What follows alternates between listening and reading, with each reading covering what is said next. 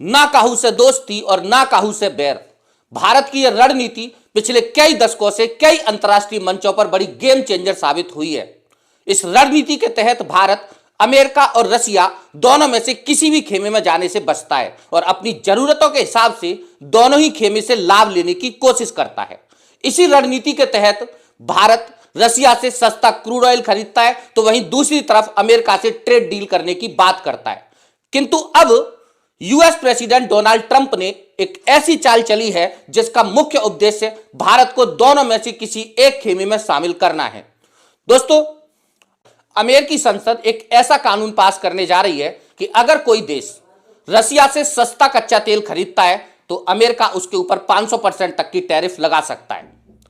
अगर इस कानून के अंतर्गत अमेरिका भारत के ऊपर 500% तक का टैरिफ लगाता है तो भारत को कई सारी मुश्किलों का सामना करना पड़ सकता है।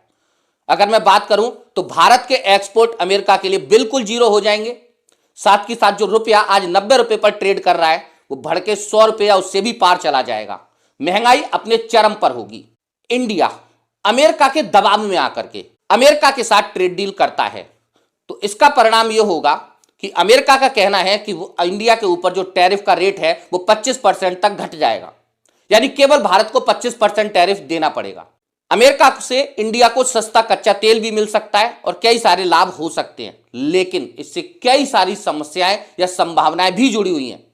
अगर मैं बात करूं समस्याओं की तो सबसे पहली समस्या, रसिया जैसा जो विश्वासमंद दोस्त है भारत खो देगा। रसिया भारत को कई मामले में डिफेंस टेक्नोलॉजी उपलब्ध कराता है जिसका मिलना भारत को मुश्किल हो जाएगा।